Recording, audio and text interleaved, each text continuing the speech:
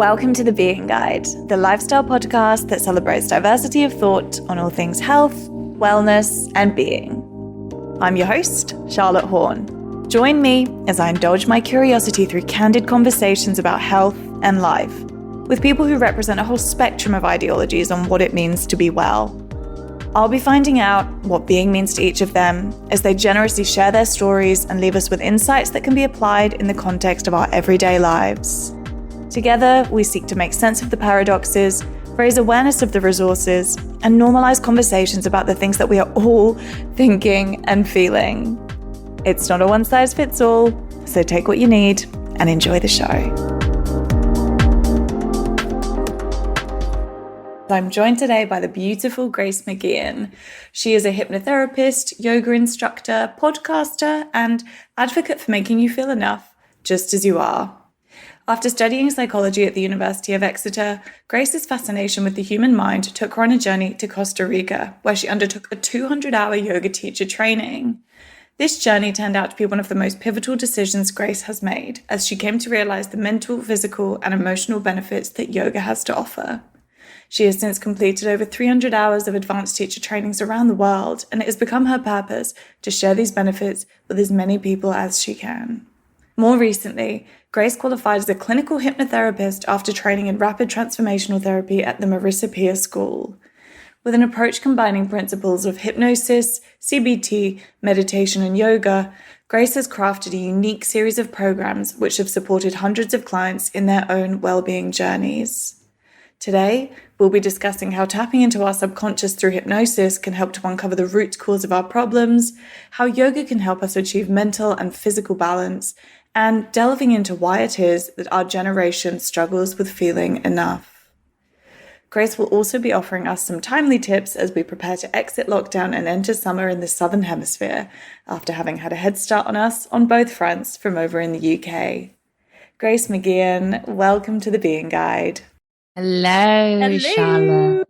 How are you? Hello. I'm good. How are you? It's very early in the morning here. I know. Thank you so much. So for the listeners' benefit, Gracie's joining us from London. So she's had a bit of an early start to the day. So thank you. I love it though. Much. Early mornings are the best. I know. Yeah, I'm a 100%. morning person too. I'm like, This is me at the end of the day. This is probably not going to be at my best. So just So Grace, I might just throw over to you to give us a bit of an intro as to who you are, your sort of approach to well-being and the journey that you've kind of taken to get where you are now. Sure. So, I mean, you put it in a very nice little nutshell there, but I am 28, live in London. I've been running my business for about 6 or 7 years now. So I was pretty quick to get into the whole yoga and mental health world. And I was pretty set from very early on that I wanted to do my own thing. I wanted to be my own boss. So I sort of just launched myself in with zero plan and just went all guns blazing. So I started off as a yoga teacher, and then off the back of my psychology degree, I always knew I wanted to incorporate and become a therapist. And so I found essentially the quickest route to do that, aka getting out of doing a master's before 5 years. Hey, and I found the Marisa Peer. We've got no time. Yes, fully, no patience. But yeah, I found this incredible method, Rapid Transformational Therapy, and I trained in that and became a clinical hypnotherapist through that, which has enabled me to become that therapist. And so my approach is very holistic. It's very all-encompassing. And with the yoga and the therapy, you know, the mind stuff, I'm able to come from a very mind-body approach. So I'm all about that mind-body connection. You know, you can't look at one without looking at the other. So that's what we really tap into when you go through a program with me. And in terms of my journey, I mean, from a young age, I definitely had my own insecurities. I definitely suffered. I definitely didn't feel enough, felt, you know, a real lack of self-love, a real lack of connection to myself and relationship with myself, which I think is kind of just like what everyone goes through to some extent from a young age. You don't really know how to deal with your feelings, do you? How that manifested for me was an unhealthy relationship with food and an unhealthy relationship with my body and the way I saw my body. So I kind of like, this is the work that I love when I now work with clients, because I've obviously been through that journey myself. But really, I do take on a range of clients, and yeah, it just is completely dependent. But I think how it manifests for you might be different to how it manifests for me, right? So at the crux of all of this is that lack of self-love, lack of feeling enough, lack of connection to self. And that might come through an eating disorder. It might come through as an addiction. It might come through as something else. But that's what I really work with, the underlying thoughts and beliefs. Okay. Could you sort of, I mean, if we take a step back and have a look at one of the components, so the hypnosis, I feel like that's something that people will be particularly interested to hear about, because it's this fairly kind of elusive concept. And I think we're all kind of conjuring up images of Derren Brown doing these wacky things. But what does it actually mean? Like, how do you actually implement the hypnosis into your programs and into your practice?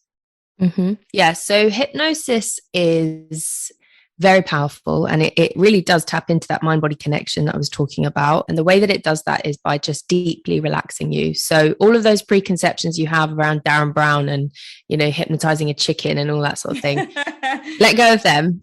Right. Hypnosis is a deep state of relaxation. So if you've ever done yoga before, think of a long shavasana. If you've ever done meditation before, think of a deep state of meditation, right? And essentially what I'm doing when I hypnotize people is I'm deeply relaxing them, and I'm guiding them through various different things that's enabling them to kind of get to the root cause of their problems themselves, right? Mm-hmm. All the answers you have come from within. It's only when we quieten the noise and we relax and we come away from the worries and the stresses and the to-do list and all that other stuff that's kind of like the surface level stuff. It's only when we can relax and go deeper that we can find the answers. Yeah. So what hypnosis does is it brings your brain into an alpha brainwave state, and it will quieten the conscious mind and awaken your subconscious mind. And it's really in the subconscious mind that we hold these unhealthy thoughts and beliefs about ourselves that lead to the way that we live our day-to-day life. And because these thoughts and these beliefs that we hold about ourselves, we've been holding them since we were like 3 years old, right? Mm-hmm.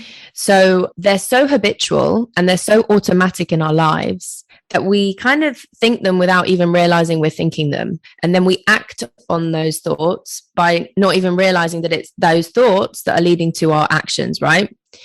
And this is why, like, say, for example, someone has really bad anxiety, but they're like, I don't know why I have this anxiety. Where's this coming from, right? And every single habit of action, aka a behavior or something like anxiety, comes from a habit of thought, right? So it's the thought that leads to that anxiety. But because those thoughts live in our subconscious mind, that person isn't even fully aware of what those thoughts are.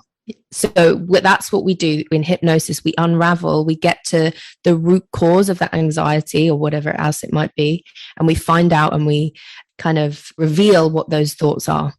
And when we know what those thoughts are, then we can change them, right? We can't change, you can't fix what you don't know, what you don't understand. So once you know what those unhealthy, negative thoughts are that aren't helping you, we can then change them into more positive, healthy thoughts.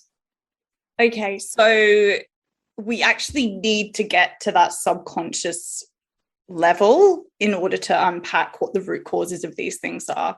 And I guess, is that how it differs from kind of more traditional therapies like CBT and ACT?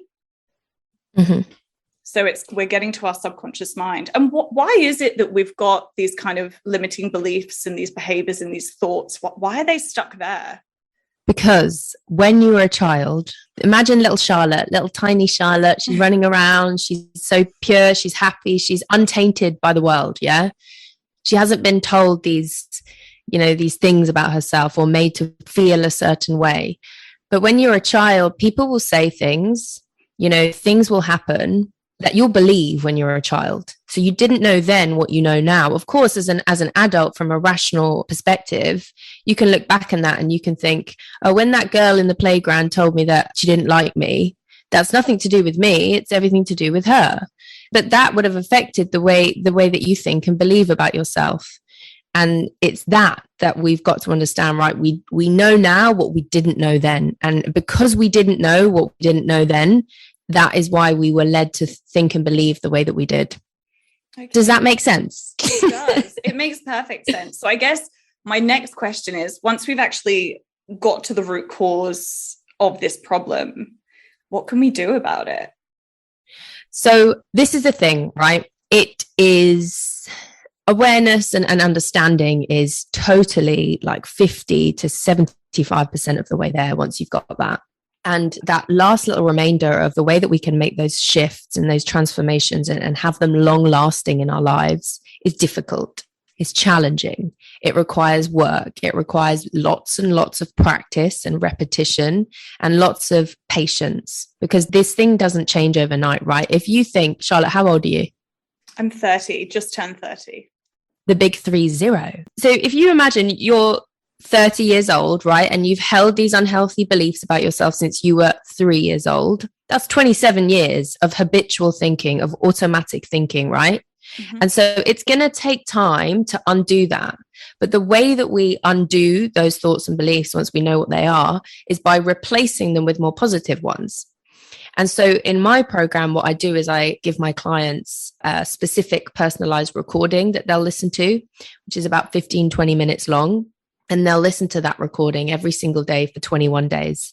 And what that recording will contain is very positive, powerful affirmations, words and sentences that really inspire and try and shift that person's mindset. But obviously it doesn't stop there, right? There's loads of other things you can do. You know, think about, you're starting to become super aware of what your thoughts are. And it's fine to have those thoughts, but the work is to, when you have them, catch them, try and change them. So for example, when a negative thought comes up, can you notice it in that moment? And can you switch it into a more positive one? And that's when we start to exercise these muscles in our minds, which cultivate more positivity or more presence or more patience or whatever it is you want, right? But sure, it takes work, it takes time. But as long as you're starting, as long as you're going in that direction, it will just become more habitual and it will become more automatic. And that will be the go-to rather than the negativity and the lack of self-love and the lack of self-belief. And what I will say is that, you know, us human beings, we love to be comfortable. We love to be in our comfort zone, right? And we love familiarity. And it's very comfortable and it's very familiar for lots of people to be negative and to be self-deprecating and all of these, you know, not very good things. But actually, we got to get uncomfortable. We got to get comfortable rather with being uncomfortable. Yeah. Mm-hmm. And to have that, you know, positive opinion of yourself, to love yourself, to be connected to yourself, sometimes that is a little bit uncomfortable. Sometimes that is a little bit icky and awkward and doesn't feel, you know, like normal. Mm-hmm. But that's what we got to get comfortable with. Yeah. I think it's probably especially hard because it's one thing to take yourself on that journey and, you know, get yourself into a position where you feel, you know, you might not love yourself, but you accept yourself and you think, okay, this is great. This is me. This is, you know, it doesn't serve me to keep being so self-deprecating. But then to actually hold on to that and take it out into the world when there are so many scenarios that can just knock you for six at every kind of turn. How would you recommend that, you know, so once you've kind of done this work and you've built yourself up and you're feeling in a really good place with who you are, but then you go into the real world and the real life scenarios, you know, they come in, somebody at work says something to you that you take as rude, you know, you have an argument with your partner, these things come in and they start to make those kind of those habitual thoughts that, you know, you've been thinking for all of these years, they creep back in. So how do we approach that? Is that just an awareness piece as well? I would say so. And the thing is, what's happened when you've built yourself up is you've built that connection to yourself, right? And when I say connection, I really mean like you can like feel it in your body. So I always say in my Come Home to Yourself workshops and programs that I really get clients to put their hands on the lower belly and breathe into the lower belly. That's it. See, Charlotte's doing that now. And like every time experience. Immersive, yeah. And listeners do this too, if you wish. Hands on the lower belly and then just take like a nice big deep breath in. And then like a nice big deep breath out. And as you do this, feel that real deep connection to your lower belly. Do that again. Breathe in and exhale. Good. All right. And then from there, you would have felt a real kind of act of putting your mind into your body, right? Feeling the sensations. And when you're feeling, you're not thinking. So that's what's giving you that, like, you know, ability to just, in that moment, you're enough. In that moment, you're connected. In that moment, you have that relationship to yourself, right? Mm-hmm. When you go out into the real world and these things happen, which they do, or you don't even need to go out in the real world anymore. You can sit on your phone and scroll through Instagram. It comes to you. Yeah, fully. So the monkey mind, the mind gets in the way. Yeah. And these thoughts come like, she's doing this, she said this, he done that, blah, blah, blah, blah, blah. And we believe our thoughts. And then that leads to like a spiral of like, okay, I'm back to not feeling enough. Right. But if in that moment you can catch yourself and you can be aware of it, and you can know that that is thoughts that aren't true that you're believing, or it's the ego, which feels like, you know, other people are better, or you need to kind of like defend yourself. And if you can come back to that connection to yourself and put your mind into your body, the monkey mind will just drift away. Mm-hmm. So that's what I would say always come back to. So obviously first thing is awareness. Second thing is connection and sensation and feeling, right? Mm-hmm. And just to kind of circle back on the hypnosis, there's going to be some listeners who are slightly skeptical even now. Mm-hmm. Do you think that it's something that you have to be particularly susceptible for it to work? Or is it something that you think can be kind of applied to anybody and they will feel the benefits? Yeah, if you have pink hair, it doesn't work. That's me out then. Joking. It works with everyone. Well, it's worked with everyone I've worked with. Mm-hmm. I think that people say, you know, oh, I can never do yoga because I can't touch my toes, or I can never meditate because I can't sit still for more than 2 minutes. Everyone has that in them. Everyone has the ability to go to that place within them. It's just, again, it's the mind that's holding them back. They've created these thoughts and beliefs about themselves, like, oh, I could never be someone that gets hypnotized, or they've attached themselves to these labels. And of course they can, right? And I think the fact that if, say, for example, a client was to come to me and want to work with me, and knowing full well that that involves hypnosis, they are already there, right? Because they're willing and they're receptive to the process, and it's resonated to them to some extent, so that they've made the first step, right? Mm-hmm. And as I'll say again, hypnosis is literally a deep state of relaxation where you are guided through. So it's accessible to absolutely everyone. Mm-hmm. And what kind of results have you seen with your clients through this technique? So the particular program that I give to clients one-on-one is called Thrive, and it's all about getting you from A to B, which A is kind of how you're feeling now, and B is to obviously thriving, not being a place where you are like, life's great 24/7, I'm never going to have a negative day. It's not about that, right? It's about feeling like you're in a place where you've built such a deep, solid foundation of enoughness and connection and self-love and all of that sort of thing, that then you can start to deal with things that come your way. And so the question, Charlotte, repeat the question.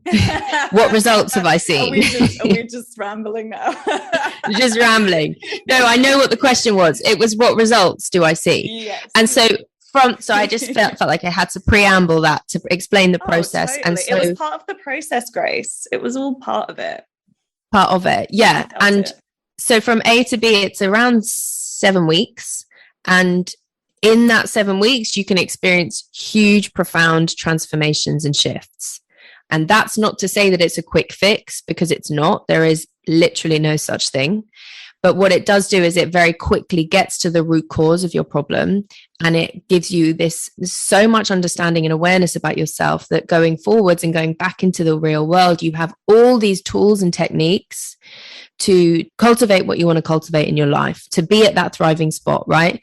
And I offer so many homeworks and meditations and, again, tools that you can use on a day-to-day basis. And the power of listening to a long recording all specific and personalized towards yourself is huge, right? It's all about rewiring and recoding and reframing your thoughts and your mind. And so then with all of that going forwards, you can continue to listen to that recording. You can tap into the other tools and techniques that I offer that are there for you.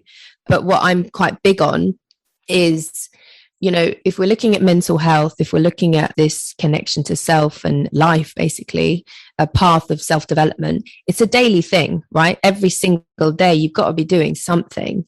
It's like you've got to clean your teeth every day. You know, there's got to be something, and it doesn't have to be some hour-long meditation, just something small that you do every single day, a little ritual that can get you back to connection with you. Yeah, that's what it's all about. Mm-hmm. Yeah. So let's take a little look at, why do you think it is that we generally don't feel enough? So we've obviously kind of covered a few of the issues that come up time and time again, especially with our generation: anxiety, eating disorders, those kind of things, and just general issues with perfectionism, how we perceive ourselves. Why do you think that is? And do you think that's something that's kind of specific to our generation, or is that something that you see with kind of clients of yours that don't necessarily fit within the millennial bracket? Well, firstly, why do I think we don't feel enough? Because we're told we weren't at one stage, and it might not have been, you know, we have all experienced trauma to some extent. For some people, obviously, that's much more extreme than others.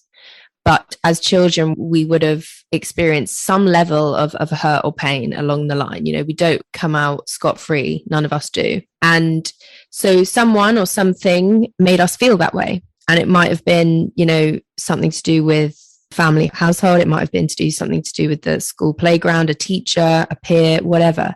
It could be anything, right? And so we're led to believe, as that little child who, again, come back to the fact that they didn't know then what they know now, led to believe that they weren't enough, led to believe that they weren't loved like they were. And so it takes us away from our essence. And our essence is complete wholeness and enoughness and, you know, connection. And that is really, really our essence. So when you were a newborn baby, you believed you're enough, you believed you belonged, and you didn't care what other people thought, right? So it's like something has happened between then and now to lead you to think and feel and believe the way that you do. And then, of course, we've got, you know, why else do we continue to believe this in our later years? We got social media, we got society, the comparison, and all of those things are leading to that monkey mind, telling us things about ourselves that we choose to believe or we can choose not to believe. And again, that comes back to our ego. Yeah. So it's our ego that has these thoughts. It's not us. It's not our essence. It's not the powerful part of ourselves. And in terms of a generational thing, I'm not sure. I don't know if I can comment on that, but I would say I do believe, in my opinion, I don't know if this is right or wrong, I think young people these days are under more pressure with social media and with the rise of things like feminism, and I'm speaking on the behalf of women these days, the pressure that we can be under, you know, when it comes to like being successful, wanting to have kids, finding a partner, all of those things. Yeah. So, yeah, I think social media has had a huge part to play in the pressure on young people. But yeah, I think that our parents and our grandparents would have gone through their own things, but they didn't talk about it, you see, whereas we talk about it. So it's kind of like, yeah. Yeah. And I do think that is probably one real kind of upside to our generation, is that, you know, we do have a lot more resources and tools at our fingertips. And I guess for me, that was kind of like part of the purpose behind putting this podcast out, was to kind of present the sheer diversity of thinking and of kind of, you know, approaches to well-being, because it's not a one size fits all, right? You know, people have to find what works for them. And sometimes people like just aren't aware of like all of the kind of support that's out there. And I guess because I've been particularly interested in this topic for quite some time, like I've kind of just done the work and done the research, and yeah, just being able to kind of share that and hopefully be able to kind of support some people along the way, because there's something really unifying about knowing that thoughts that you're having, these limiting beliefs, not feeling enough, blah, blah, blah, blah, blah. We're all thinking it. It's like on some level, we've all got these thoughts, and it's not like there's nothing that we can do about it. There are things that we can do to optimize our lives and to, really get the most out of ourselves. And that's why I love having these conversations with people like yourself who just approach health and well-being from such an interesting perspective. And it's so good to hear that you've got these programs that people can tap into. And actually, just while I'm on that, because the majority of my audience is probably going to be Australian, but your programs run online. Is that right? Yeah, they do run online. And I actually get lots of Aussies come through. Do you? Yeah. Oh, okay. I think that, you did my program a few years ago, didn't you? And you were saying that rapid transformational therapy is not such a big thing in Australia. No, because I kind of first heard about it through you.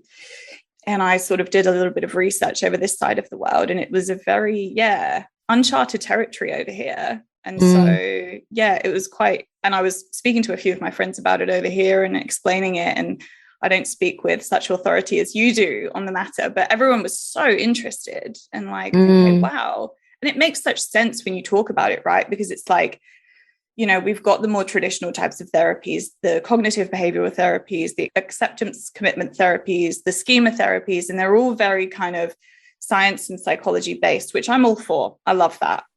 But there is something to be said for going that level deeper and going into your subconscious mind. And I think a lot of the time, people aren't aware that that's where we are holding a lot of these kind of past traumas and memories and limiting beliefs. And so I think, just raising awareness of the fact that, there's a whole other mind in there and that you just don't quite know what's going to be in there. And I know that my session with you, I was doing it from a standpoint of interest and curiosity and, interested to see or hear what might actually come up. And sure enough, a little memory popped on in there, something that I hadn't thought about for a long time, something that I wasn't, absolutely wasn't in my conscious mind, something that seemed pretty innocuous. It was, nothing that was traumatic or nothing that was particularly distressing, but the thought that it provoked, the fact that that was sitting there, and then the more I reflected on it, the more I realized why it was sitting there. And then you start to unpack it, and then you start to understand. So I completely, when you say, trying to get to the root cause of it and then trying to unpack it from there, I can absolutely vouch for the fact that that was how it unfolded for me. Well, that's it. And what you're referring to there is the tool that we use called regression. So for listeners, regression, when you're in hypnosis, regression is a tool that will basically, we go back to scenes or events that have happened in your childhood, that they will pop up automatically because you're in that subconscious state. And it's those scenes that reveal the way that you think and believe about yourself, right? And so for someone like Charlotte, and this happens a lot, when we have that lack of clarity and understanding of why we have the problems that we have in our lives, these kind of insignificant, what will seem like insignificant scenes or events come up, and you don't even realize how much they affected you. Because remember, again, that it's that little girl that had the reaction to that, not you, not adult 30-year-old thriving, beautiful Charlotte, right? And we kind of we've got to honor these little insignificant things that have happened to us. And we've got to respect that actually it might be that has led to the way that we feel. Yeah. And sometimes we can be like, oh, I haven't had this super traumatic thing happen to me in my life, so I don't deserve to feel how I feel. But actually everyone feels how they feel, and it's all relative. And if we can honor and respect and have kindness and compassion for ourselves and our feelings and the way that we feel, and know that there's a reason for that, then we can do the work to, overcome. Yeah, no, I completely agree. And I think it's the holistic psychologist, and she actually speaks a lot about the kind of reparenting that she's done for herself kind of in her adult life. And she looked back on her whole childhood and was like, it was fine. What am I, what's happened? But then upon reflection and then actually, going that little bit deeper, you can start to see why you might have formed some of the thoughts and behaviors and patterns that you have. So I think it's definitely good to be aware of. Exactly. And I think like I have an extremely close relationship with my family. And, you know, when you have a close relationship with your family and your parents, it's not that you're blaming your parents. It's not that you're blaming, you know, whoever, what for whatever. Everyone is just doing the best that they can. And sometimes that can lead to, you know, what we've spoken about. But that's not to say that we blame them, right? Mm-hmm. So it's just that we're letting go of the way that it made us feel. Yeah. So we're kind of like learning to let go of the resentment and the pain and the hurt and the all of that stuff. Mm-hmm. Yeah, it's a process. Mm-hmm. And what you're saying, Charlotte, on the other forms of therapy, I think we do live in a world, you're right, we do live in a world where we are impatient, us millennials, and we like quick fixes. And this is, you know, you can go to talking therapy and more traditional styles of therapy, and you can sit and, you know, talk about the problem and find with CBT some great ways to overcome. And there's so much to say for that. There's so much power within that. But this works in a much kind of quicker way because it's getting to the root cause. And if that's what you're looking for, then this therapy is great. And lots of people will actually come to me off the back of like a year or so of counseling. And they're like, right, that's got me to a level. Now I'm ready to kind of really go that much deeper, that one step deeper. So yeah, I mean, there's all therapy. There's Marisa Peer would say there's no such thing as bad therapy at all. But yeah, it's just a different approach, isn't it? Mm-hmm. And finding what works for you. Mm-hmm, for sure. Right. I'm just going to move this along because I'm conscious I've only got you for a little bit longer. So let's kind of pivot the conversation to your yoga practice and what kind of yoga do you teach? Like, what are the benefits of yoga as you see them? I know that there's always like these kind of misconceptions around yogis, and how do you find balance in amongst your kind of yoga practice? And I'm aware that I just flicked about 5 to 6 questions at you, so I apologize. No, okay, I know what you're saying. So yoga, I teach vinyasa, I teach yin. I love yoga. It's changed my life. It's what gets me back to that connection to my body. It's an opportunity for me to be with my breath. You know, it's not about these funky shapes and getting on your head and all of that sort of thing. It's really about just finding that connection, the sensations in your body, honing in on the real subtle sensations, moving intuitively, listening to your body and giving it what it needs. Yoga has definitely allowed me to enhance and improve my relationship with my body.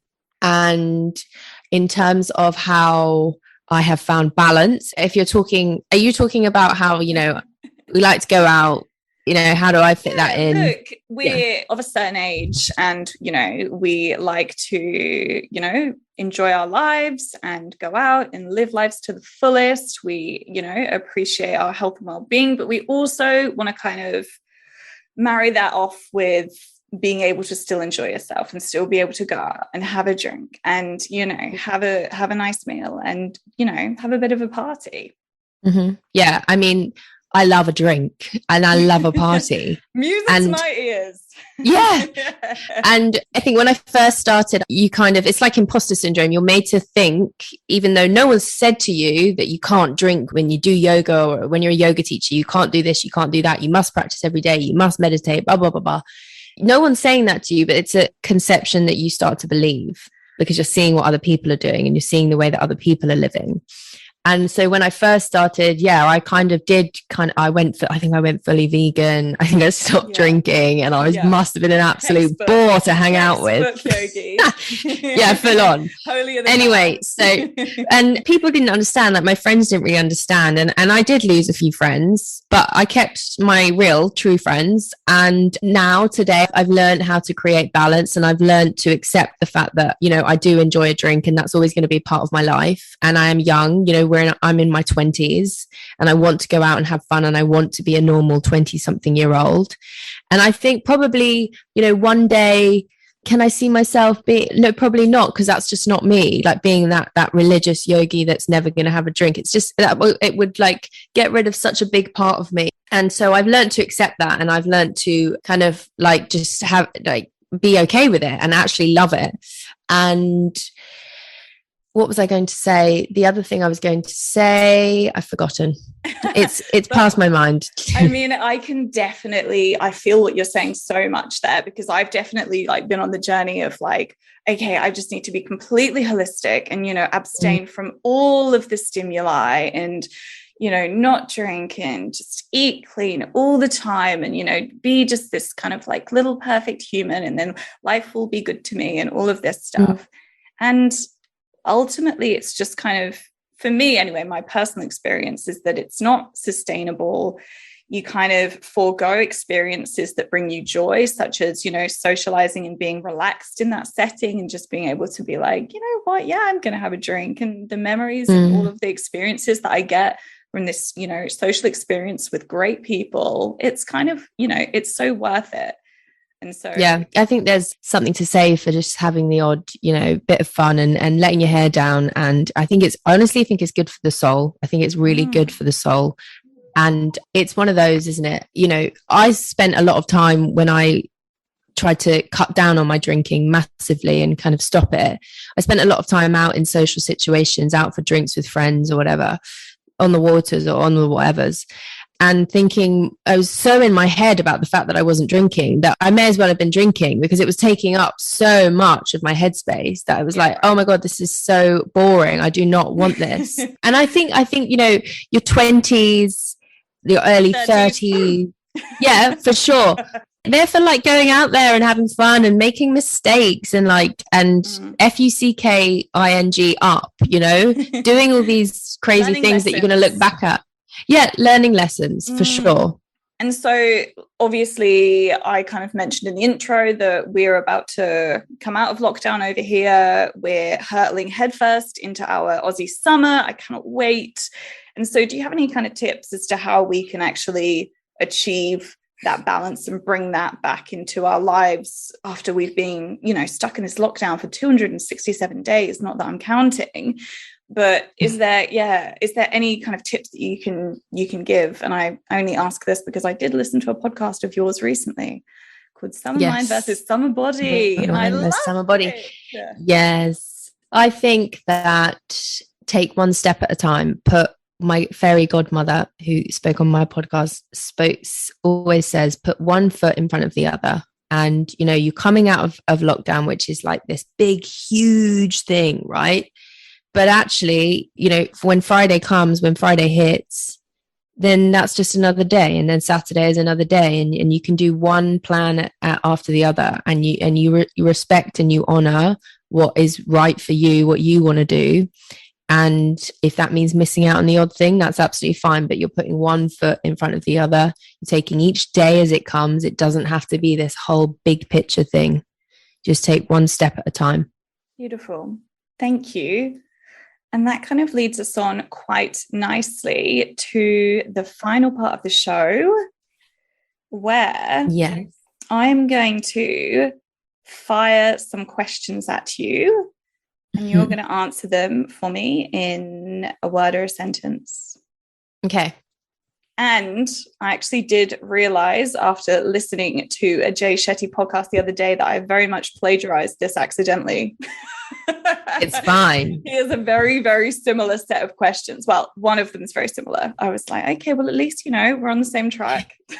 Yeah, exactly. It's all good.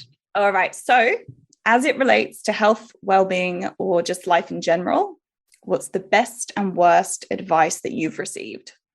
I found this one quite hard. Okay, best advice is be careful who you get your advice from, right? Because we can ask for advice of people, but we've got to be careful who that person is, because it's coming from their perspective and their life experiences. Okay. Worst advice, don't know, because I've probably forgotten, because it's bad advice. So I don't have an answer to that, Charlotte. I'm sorry. Good. I love it. Your mind just lets it go. It's identified as bad. See ya. See ya. Okay, great. So what's the biggest lesson that you've learned?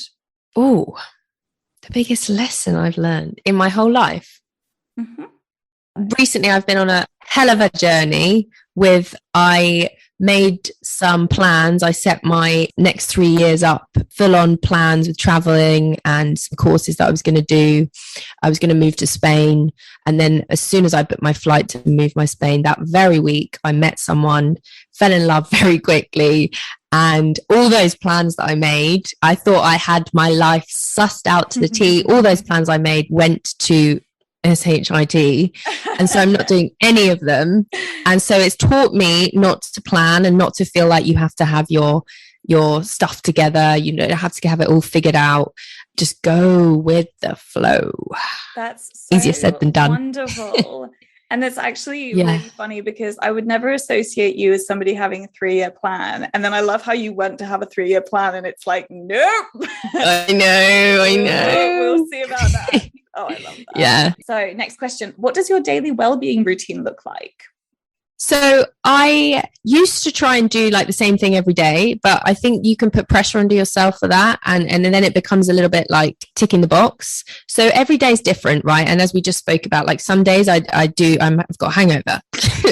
So I can't do some of the stuff that I want to do. So for me, every morning is slow mornings. I like slow mornings. Like even this morning, Charlotte, I woke up, early because I wanted to make sure that I had a very slow, unrushed morning. And that will often involve meditation to some extent, just 10 minutes or so. And it will always involve a milky drink of some sort, which I will drink and love every sip. And then in terms of most days, movement, yoga, I love running. Most days I'll think about, something I'm grateful for in the morning or the evening. And I know that sounds a little bit like, oh, awkward, cringe, blah, blah, but there's so much to say for that. Just putting your mind into that positive space. I'm all for it. Yeah. Right? All for, gratitude. And then a bath, like every day I'll have a bath. You're kidding me. Pretty much. Yeah, no, I love baths. I've actually become a bit of a bath fiend since I moved into a place which has this awesome bath, and I was never a bath person, but wow, I've certainly changed. They're the best. Like they're just so relaxed. I put a candle on, I turn the lights out, put music on. Oh, it's the best. Epsom salts or bubble bath or both? I used to be into the Himalayans, the Epsom salts, but come away from that. But no bubbles actually, because I was told that it leads to thrush. So I'm just like, no bubbles. Okay, I think you've just given us the best piece of advice for the podcast so far. So thanks for that. All my female listeners will be thrilled with that. Okay, on to the next question. Who or what inspires you the most? So this is hard because different people inspire me at different times of my life and at different times of their lives. So at the moment, the person that's inspiring me the most is my best friend, Cassie, who is a mutual friend of Charlotte and mine, because she has just blossomed. She's a new mum. Her baby is about 3 weeks old, and she is, she had like a 6-hour labor, water birth, pretty much no drugs. She is breastfeeding, and I think she said it's the hardest time of her life, but she is like a glowing, radiant goddess. And I just, the connection that she seems to have with her baby is so inspiring, and it's making me very maternal. Have you met little Ameline yet? Yes, I have, and she's a ball of magic. Oh, wow. I cannot wait to get back so that I can actually do the rounds and see little babies of my friends who I know seen for so long. Oh, that's an amazing one. And I can vouch for that too. Cassie? Yes. Love you. Love ya. Okay, and then finally, what does being mean to you? Being to me is simple but easier said than done. It's breath, it's going inward, it's presence, it's building a healthy internal world, and it is that connection to the lower belly that I said. So it's feeling and it's sensation, and it is surrender. Beautiful. Tracy, thank you so much. That just about brings us to the end of the show. Did you want to just give a quick overview of where people can find you if they want to hear more about your programs, if anyone's in London listening, where you're doing your yoga at the moment, all of that kind of jazz? Sure. So Instagram at Grace McGeehan. Website www.gracemcgeehan.com. And then, if you're in London, I offer retreats. I offer yoga classes and workshops. Then there's some online programs, one-to-one group programs, loads of different things for your needs and for your price points and all of that. So yes, I hope to hear from you and I hope to connect with you. Amazing. Thank you, Grace. And for the listeners' benefit, I will put all of that in the show notes. And that just about wraps us up, Grace. Thank you so much for joining me and being my second ever guest on the Being Guide. It's been so much fun. Oh, you're great, Charlotte. Thank you. It's been amazing. Thank you. You're great too. And I look forward to hopefully seeing you in person next year when I can actually get on a plane. Come to London. I will. I will be there. All right, my love. Lots of love. Lots of love. Bye.